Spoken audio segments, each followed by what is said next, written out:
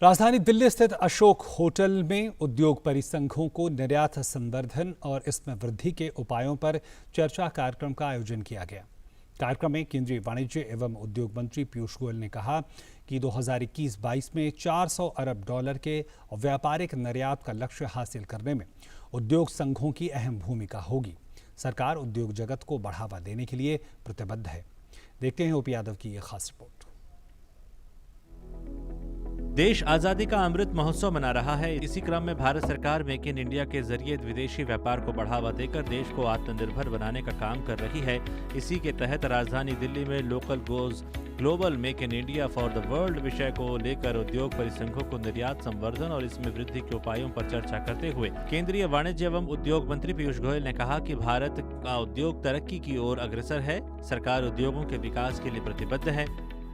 जिस प्रकार से अलग अलग एसोसिएशन ने अपने कुछ ना कुछ समस्याएं भी सामने रखी, लेकिन अधिकांश लोगों ने जो उत्साह दिखाया, जो अपना कमिटमेंट दिया कि हम तो ये करेंगे, जो हमारा टारगेट है हम पूरा मीट करेंगे, वो देख के लगता है कि भारत के उद्योग में बहुत क्षमता है और अब वो क्षमता उभरने का समय आ गया। कार्यक्रम में मौजूद उद्यमियों ने मंत्रालय की पहल का स्वागत करते हुए कहा कि ग्रामीण भारत से जुड़े उद्योगों को बढ़ावा देने के साथ आज ई कॉमर्स पर ध्यान देने की जरूरत है। तो जो रोड टैप रेट्स हैं वो जो अनाउंस हुए हैं वो थोड़े और बढ़ाए जाने चाहिए, क्योंकि उससे पूरे जो टैक्स है हमारे कवर नहीं हो रहे।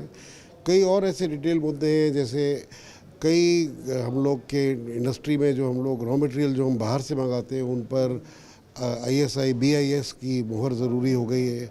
कोरोना की वजह से, कोविड की वजह से BIS के ऑफिसर नहीं जा पा रहे हैं, तो उन चीज़ों में राहत मिलने की बात करी गई है।